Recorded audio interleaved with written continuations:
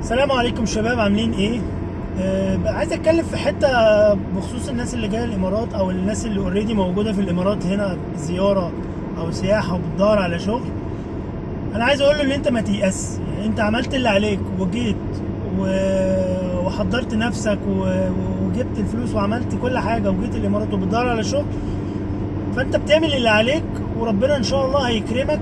اخلص النيه لله وان شاء الله ايه، ربنا يكرمك زي ما انا عملت بالظبط. يعني انا عايز اقول حاجه، انا حصل لي ظرف كده لما جيت الامارات هنا ودورت على شغل واستخرت ربنا وعملت اللي عليا.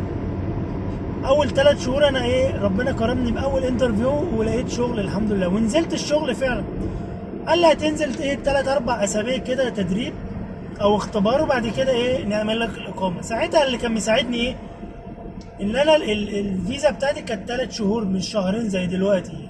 يعني من 2016 كده لما انا جيت كانت الفيزا 3 شهور، فده ساعدني شويه ان انا يبقى في فتره تدريب او فتره اختبار في الشغل، وانا عشان كده وافقت. وطبعا المرتب هينزل لي عادي، يعني فتره التدريب دي او فتره الاختبار كان المرتب اوريدي بينزل يعني. فانا ما كنتش ايه، خايف قوي ان يحصل اي حاجه، او مثلا ان هم ما يكونوش صادقين معايا يعملوا لي الإقامة بعد شهر أو حاجة يعني. فأنا قلت ننزل نجرب، يعني مش هنخسر حاجة، بدل ما أنا إيه أدور على شغل وممكن ما الاقيش بعد شهر ولا حاجة، يبقى أنا خسرت كل حاجة. نزلت بالفعل تدريب أسبوع أسبوعين 3، الناس ما يعني كانوا صادقين معاهم محترمين معايا فعلا. بعد 3 أسابيع حتى ما كملت الشهر قالوا لي أنت إيه تمام معانا وأكسبتد وهتنزل معانا. الكلام ده فين؟ 2016 بداية 2017. انا ابتديت شغل هذا 2016 ديسمبر 2016 لحد شهر 1 2017 جه ابتدي يعملوا لي الاقامه. اول مره اترفضت. ليه يا جماعه في ايه؟ لا ده ممكن يكون تشابه اسماء ولا حاجه. طب نقدم تاني. الشغل يا جماعه اللي بيقدم، مش الراجل، مش اللي بيشتغل هو اللي بيقدم، لا، الشغل هو اللي بيقدم. لو شركه محترمه وكل حاجه هي اللي بتقدم لك على الاقامه وهي اللي بتدفع الفيزا وهي بتعمل كل حاجه. فقدموا اول مره اترفضت، قعد اسبوع كده، قدمنا تاني مره اترفضت. طبعا هنا الرفض مش بيقولوا السبب ايه، رفض امن وخلاص. قال يا جماعه في ايه، ممكن يكون في مشكله في الفيز او الاقامات. كانت ساعتها في الشارقه مش دبي. في مشكله مثلا في فيز المصريين، اي حد جديد ما بيوافقوش عليه بسهوله يعني. مفيش غير دبي بس، وانا كان الشغل بتاعي كان في الشارقه.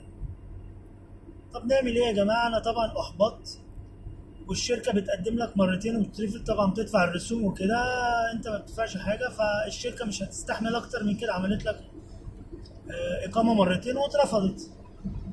انا الكلام ده بقى اتفضل لي شهر او اقل من شهر، كمان 3 اسابيع. انا حاولت اشوف يا جماعه، اسال هنا اسال هنا، اعمل ايه؟ اروح الجوازات في الشارقه، طب ايه، طب لا روح دبي دور على شغل في دبي يمكن تتقبل. طبعا ما فيش وقت نفسيا، انا ابتديت اقع. الفلوس اللي معايا الى حد ما برضه انا كنت بصرف، هعمل فيزا على حسابي طيب بره، ما ينفعش تشتغل بفيزا حره وتشتغل في مكان. الموضوع ده غير قانوني، هم ما قبلوش بالموضوع ده. يا اما نعمل لك احنا اقامه على اسمنا، لكن ان انت تجيب اقامه بره وتشتغل عليها غير قانوني يعني. فحاولت من هنا اشوف حد يعمل لي الموضوع ده جوه الفيزا. طبعا هي الكلام ده هنا مش موجود يعني. طبعا نفسيا انا اتدمرت. عشان كده بقول لك، انت لو ليك نصيب اللي انت تشتغل في الامارات مهما يحصل لك، خلي عندك يقين ان ربنا هيكرمك. لو انت ليك نصيب فعلا في الامارات اللي انت تلاقي شغل وتضيع على شغل وتلاقي شغل وتشتغل فعلا، ده نصيب في الاول وفي الاخر. قعدت في الموال ده لحد اخر يوم، اقسم بالله يا جماعه لحد اخر يوم. خلاص انا كنت حاجز تذاكر ذهاب وعوده قبل ما اجي الامارات. انا مش ما كانش في نيتي ان انا خالف او اكمل بعد الاقامه ما تخلص، ان انا اكمل الامارات واتخالف واخش في الموال ده. خلاص سبت الامور على ربنا، قلت انا لو ليا نصيب فعلا هكمل. لحد اخر اسبوع يا جماعه والله. انا الفيزا بتاعتي هتخلص مثلا يوم الجمعه، المفروض امشي يوم الجمعه بالليل اخر يعني. قدمت على الفيزا اخر مره، اتحايلت عليهم يا جماعه طب انا هدفع المصاريف دي. على حسابي، بس هنعمل اخر محاولة. عملنا فعلا اخر محاولة في الاقامة، وطلعت فعلا الخميس يوم الخميس الساعة 4 العصر. أنا قاعد من الصبح، والله العظيم من الصبح عند الجوازات مستني، خلاص آخر يوم، الجمعة أجازة. فضلت آخر يوم ده من أول الساعة 9 الصبح واقف عند الجوازات، كل شوية أخش أشيك يقولوا لي لا ما نزلتش على السيستم، مفيش حاجة طلعت، مفيش حاجة، سواء بقى القبول أو الرفض.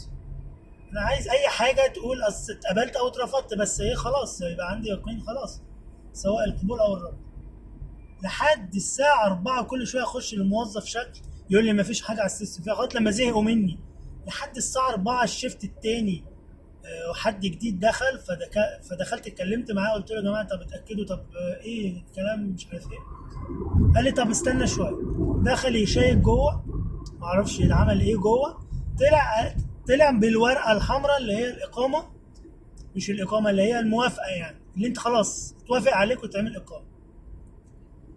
عشان اقول لكم يا جماعه اللي انتوا تعملوا اللي عليكم، وانا ما يئستش، يعني قعدت اليوم كامل ومش عارف انا اتقبلت ولا رفضت، بس خلاص انا ما عنديش انا اللي انت اخر يوم بالنسبه لك، بعد كده تاني يوم اللي انت تسافر. حاولت وكملت وعافرت ان انا اشوف انا اتقبلت ولا اترفضت يا جماعه.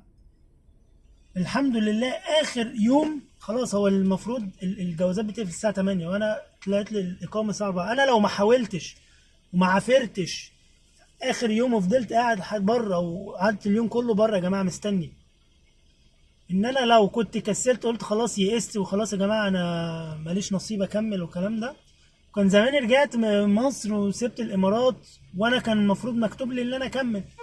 بس لولا ان انا عندي يقين في ربنا ان انا اكمل لحد اخر دقيقه، بتعمل اللي عليك. هو ده يا جماعه اللي انا عايز اوصله لك، انت تعمل اللي عليك واقصى حاجه عندك، وما تيأس وتدور لحد اخر يوم، ما تقولش خلاص ده انا فاضل لي اسبوع او 10 ايام او يومين، حتى لو يوم. والله العظيم يا جماعه حتى لو في ناس اشتغلت اخر يوم في الاقامه في الفيزا بتاعتهم، سواء شهرين او 3، انت بتعمل اللي عليك وربنا بيكرمك باذن الله. بس انت تعمل اللي عليك وكله بتاع ربنا. فدي نصيحتي لكل واحد فعلا اللي بيجي الامارات، او قبل ما يجي او بعد ما يجي، انت تعمل اللي عليك وربنا يكرمك ان شاء الله. ده فيديو النهارده، لو في اي استفسار او اي حاجه معك اكتبوا لي في الكومنت وانا هجاوب عليكم ان شاء الله. السلام عليكم.